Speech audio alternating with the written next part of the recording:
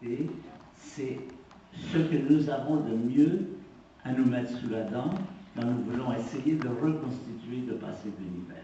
C'est une théorie qui est encore très imparfaite, qui a encore beaucoup de problèmes, mais qui nous a appris beaucoup de choses et qui est en gros très crédible pour un esprit critique qui ne veut pas se laisser raconter n'importe quoi, c'est-à-dire qui s'appuie sur des preuves, des résultats qui sont des résultats crédibles. Je dis ça parce que souvent les gens disent « Ah, le Big Bang, c'est vrai, c'est pas vrai. » C'est pas ça, on peut pas dire c'est vrai, c'est pas vrai. Le Big Bang, c'est le meilleur choix parmi les scénarios qui existent aujourd'hui pour décrire le passé de l'univers. Et c'est de beaucoup, c'est tellement de beaucoup le meilleur choix que tous les scientifiques compétents le prennent au sérieux. Ce qu'ils ne veulent pas dire, qu'ils disent, c'est pas une question de dogme, vrai ou pas vrai, non. C'est le plus crédible, mais toujours qui est provisoire, dans le sens que il se pourrait que demain, de nouvelles expériences le mettent en cause, dans quel cas il faudrait y retravailler. C'est ça qui fait la force de la science, c'est qu'elle est prête à se revoir, à revoir sa copie, à s'ajuster aux observations, sachant que ce qui est le roi ou les reines de la science, c'est les observations. Alors, je vais vous dire donc quelques mots sur le scénario du Big Bang, parce qu'il va jouer un rôle très important pour nous. D'abord, je vais vous montrer quels sont les personnes, les artisans de la théorie. C'est d'abord Einstein. Là, on est en 1928, quand cela est formulé. En 1915-17, Einstein formule la théorie de la relativité générale, qui est maintenant admise comme une théorie extrêmement compétente et efficace. Et le maître, c'est celui qui va mettre ensemble les théories d'Einstein et les observations de Hubble pour faire la théorie du Big Bang. Alors la théorie du Big Bang, elle dit quoi? Eh bien, en gros, elle dit à peu près ceci. Suivant les observations de Hubble, elle dit l'univers est en expansion. Einstein nous apprend qu'un univers qui est en expansion est un univers qui se refroidit. C'est un peu l'analogue de ce qui se passe dans les cylindres de voiture. Quand vous comprimez un gaz, il se réchauffe. Quand vous le détendez, il se refroidit. C'est ce qui se passe dans les frigidaires. C'est également applicable à l'univers. L'univers se refroidit. Et grâce à une autre loi de la physique qui dit que plus la matière est chaude, plus elle émet de la lumière. Si vous avez déjà visité une forge, vous savez que quand vous chauffez le fer, quand vous arrivez à certaines températures, il se met à émettre de la lumière rouge. Et puis ensuite, si vous continuez, il va passer à l'orange, il va passer au jaune, il va remonter l'arc-en-ciel. Donc, à partir de ces trois connaissances, de ces trois données, on peut résumer de la façon suivante. La théorie du Big Bang, c'est la théorie, elle dit quel est le scénario du cosmos, comment ça s'est passé dans le passé. Ça dit ceci, l'univers des premiers temps était extrêmement chaud, extrêmement dense, extrêmement lumineux. Si on remonte assez loin dans le passé, des milliards de degrés, des milliards d'unités de densité et de lumière. Et l'histoire de l'univers, c'est l'histoire d'un magma, je ne sais pas quel mot on pourrait dire exactement, qui est en expansion, qui est en refroidissement et qui est en obscurcissement. Voilà, ça, je pense que ces trois éléments ont toutes les chances de durer d'être absolument établis. Il y a beaucoup d'autres difficultés ici et là, mais je pense que ces trois choses-là sont raisonnablement admises. Et là intervient, vers les années 50, un autre personnage qui s'appelle Georges Gamow. C'est un physicien que j'ai eu comme professeur quand j'étais étudiant aux États-Unis. Et Gamow était un homme très drôle qui racontait beaucoup d'histoires. Il commençait toujours ses cours par la dernière histoire qu'il avait entendue. Et après, il en riait lui-même. Et nous rions plus ou moins selon le cas. Mais à la fin, nous attendions que Georges Gamow ait fini de rire de sa propre histoire pour continuer son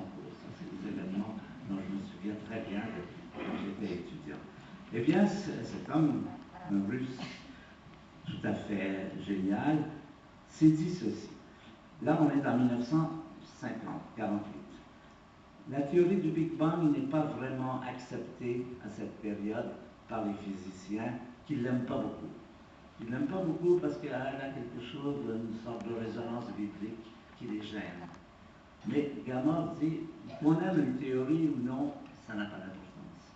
L'important, c'est est-ce qu'elle peut se défendre? Est-ce qu'elle peut acquérir des preuves?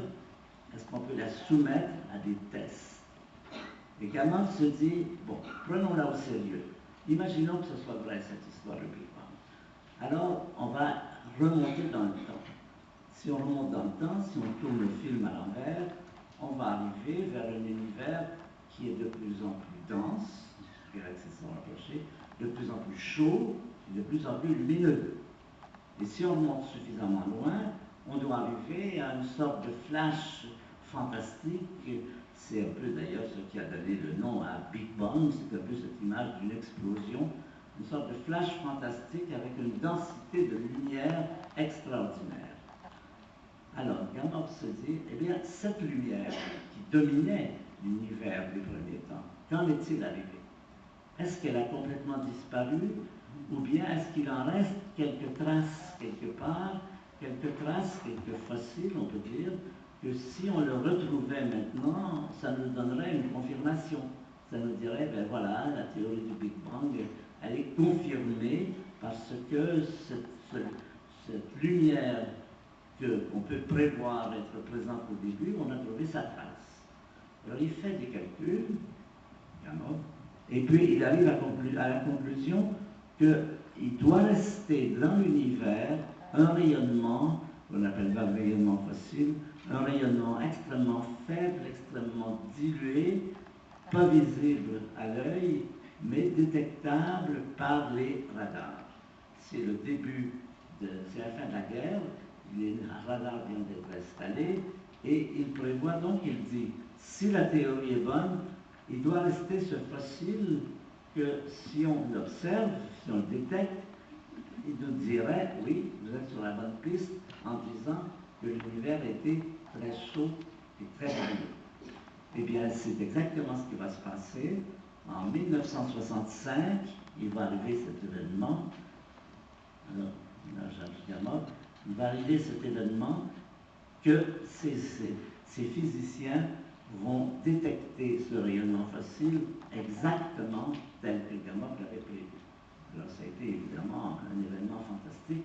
Toute la communauté scientifique, même ceux qui n'aimaient pas la théorie du Big Bang, se sont dit une théorie qui est capable de prévoir quelque chose d'aussi fantastique que le rayonnement, les restes, les reliques lointaines de rayonnement des premiers temps de l'univers, on doit la prendre au sérieux.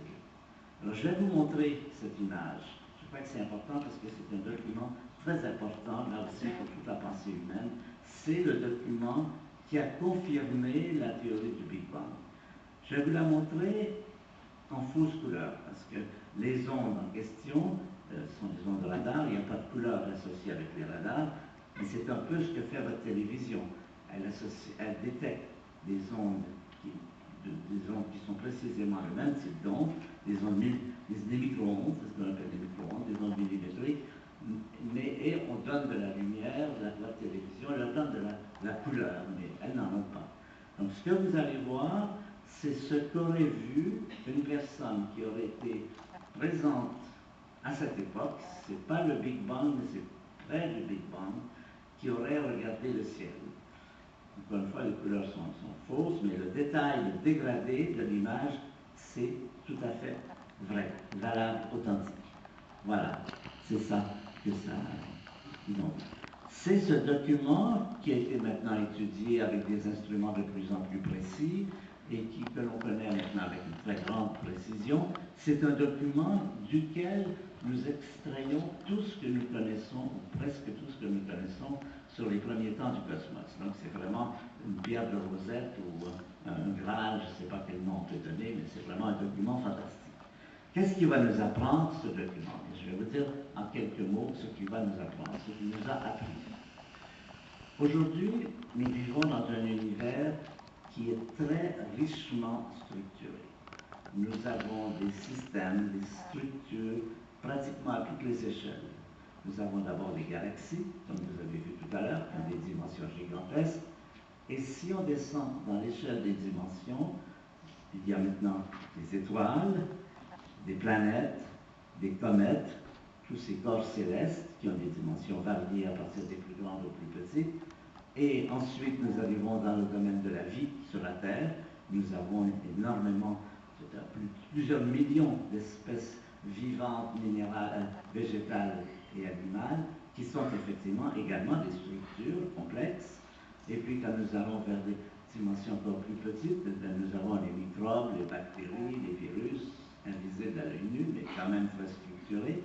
Nous arrivons au niveau des molécules géantes, l'ADN, qui compose notre génome, et puis en continuant vers les petites dimensions, nous arrivons aux molécules simples, l'eau, le gaz carbonique, le méthane.